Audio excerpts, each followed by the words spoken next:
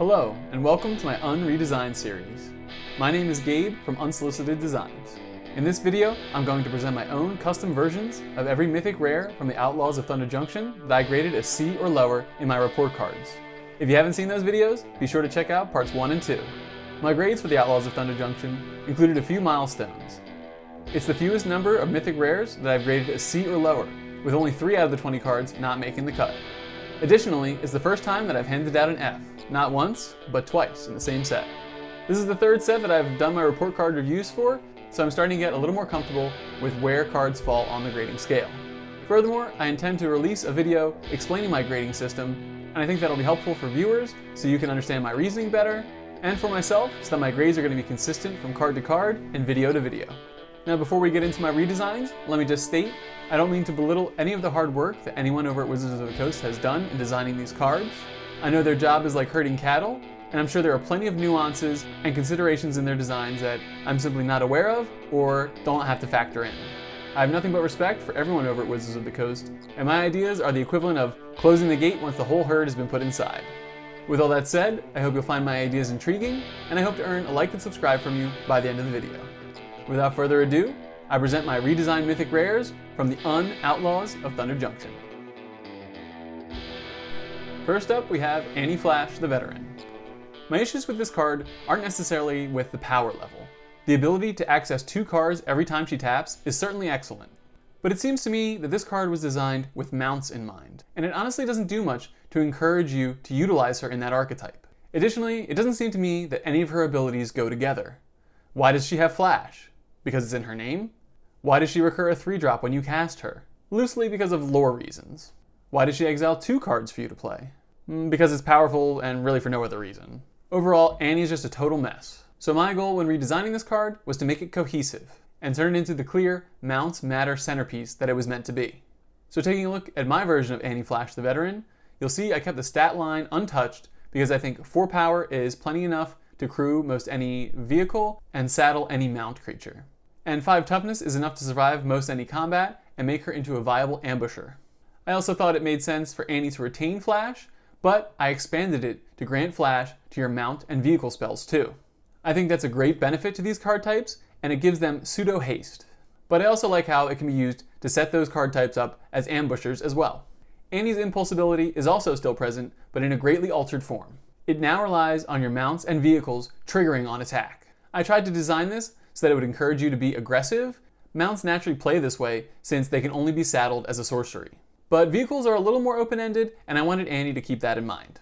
Another new addition to my version is that Annie can untap once per turn, but only if she's being used to pay a cost, like Convoke, or to activate an ability, like crewing or saddling.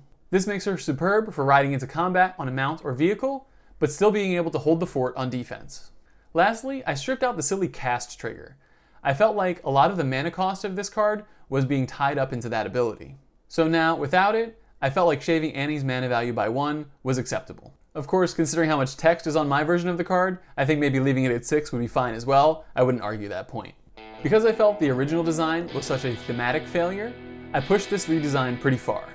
I wanted to really capture the concept of being a mythic rider with this card, and I'm confident that this version does that in spades. I'm curious to hear how you think my iteration compares to the original. Is it too much? And what space do you think a mount or vehicle commander should explore? Next up, we have Assimilation Aegis. Truth be told, this card was pretty close to an F. I didn't go that route in my report cards review for 2 reasons. One, because they at least attempted something new with this tired form of white exile-based removal. And 2, because it might be more powerful than I realized, having not played with the card for myself. Why else would they decide to print it in Mythic, right? Right? But while it may not be definitively an F, I think a D is more than fair. Especially considering that, more so than your average Mythic rare, cards like Assimilation Aegis can easily backfire on you. Imagine you've assimilated a powerful creature from your opponent. Now your own little creature is on the attack as a copy of it. With 1 shatter effect, your opponent gets their creature back, plus any effects it might generate for entering, plus it eats 1 of your attackers, plus it's ready to attack or tap on your opponent's next turn. That's a lot that can go wrong, and when your mythic rare has the potential to leave your opponent better off than you, I'm really dubious of the design. So looking at my proposed version of the card, it doesn't address that problem at all. Of course, I think that's just inherent to this type of card. And honestly, that's just part of White's identity. But while I can't fix that issue, I felt there was an opportunity to make this card play out far more interestingly. It will still make whatever creature it's attached to a copy of the exiled creature card, but now you can attach it to your own creatures or to your opponents. This opens up far more possibilities for what you can do with this card. If you exile a small value creature, you can attach Assimilation Aegis to a large threat and shrink it down to size. You could even target a value creature of your own, perhaps even your commander. That way, any creature you play can turn into your commander. This will let you bypass the need to cast your commander over and over again and get around paying the commander tax. And if they destroy the Aegis this time, you just get your commander back. Furthermore, to really try and push this design over the top, I added the ability to return the Aegis to your hand. This enables you to cast it aggressively early, but buy it back anytime a more serious threat emerges. Further still, it can act as a repeatable flicker effect, since you can target one of your own creatures for exile, then have it enter again once you bounce the Aegis to your hand. It's definitely not efficient, but it is an option. I'm really happy with this new version of the card, though I still don't feel comfortable enough using this type of removal in my own decks if I can avoid it. But I think this redesign offers enough interesting gameplay opportunities to make it at least mythic-worthy. And going forward, I think Wizards could really give these types of designs a huge boost by offering ward on them with some interesting costs. I had some ideas of that for myself, but I'm going to save them for future designs. For a previous example, check out my redesign of Conspiracy Unraveler at Murders of Karlov Manor. And our last redesign for today is Railway Brawler. While I agree that the ability to add counters to your creatures as soon as they enter the battlefield like this is mythic-worthy, almost every other aspect of this card disappointed me. It's just a generic, large green creature with multiple keywords for a reasonable cost, with the set mechanic just stapled on for whatever reason. I feel like even the name of the card is pretty lackluster. And while I won't go so far as to rename the card, I will try and redesign it so that it better matches the identity. So let's take a look at my version of Railway Brawler. There are some major revisions here. A slightly reduced mana value, significantly reduced power and toughness, and a cheaper but more demanding plot cost. The ability to add counters is also dramatically different. Now, your creatures don't just show up and get pumped. As any real brawler knows, if it's your first time at Fight Club, you have to fight. I think this is way more thematic and really goes a long way to give this creature an identity. It's also potentially more powerful, as you can trigger this ability an uncapped number of times. Of course, it requires putting your creatures into combat, but I think interaction is an important thing to be pushing players towards.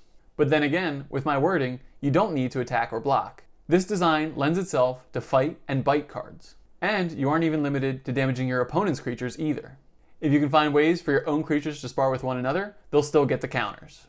Importantly, I also addressed having plot on this card. The mechanic is used in this set as a way to enable casting 2 spells in a single turn, and as a bonus for spending no mana to cast a card. For Railway Brawler, I decided to utilize the second option. So with my design, he can act as a light removal spell, benefiting itself by becoming a 4/4 in the process, or it can spar with one of your own creatures too. I don't think Reach made any sense on the original version, so I removed that ability entirely. And on my version of the card, Trample has an interesting, unexpected consequence. That is, if you divide damage across multiple creatures, or to your opponent, it won't trigger his ability to get the counters. I can see that being pretty undesirable to most players, but I feel that it's potential design space that's worth exploring, and forces you to make some meaningful decisions about assigning combat damage, which is a fairly rote decision most of the time. So I think my version of the card has a lot to offer. It may not be as outright powerful, but I believe it offers far more interesting gameplay decisions, and I think it's far more cohesive with flavor and mechanics. Which version of the Brawler feels more mythic to you? And those are my proposed redesigns for the Outlaws of Thunder Junction. Are they ready to ride, or are they better off left for the buzzards? Let me know what you think.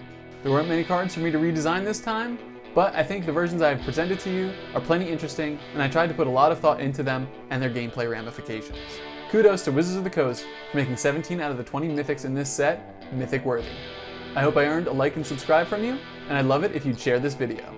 You can also follow me on X at UnsolicitedMTG for channel updates and more nonsense like this. Thanks so much for watching. I'm Gabe from Unsolicited Designs and Who Asked Me Anyways?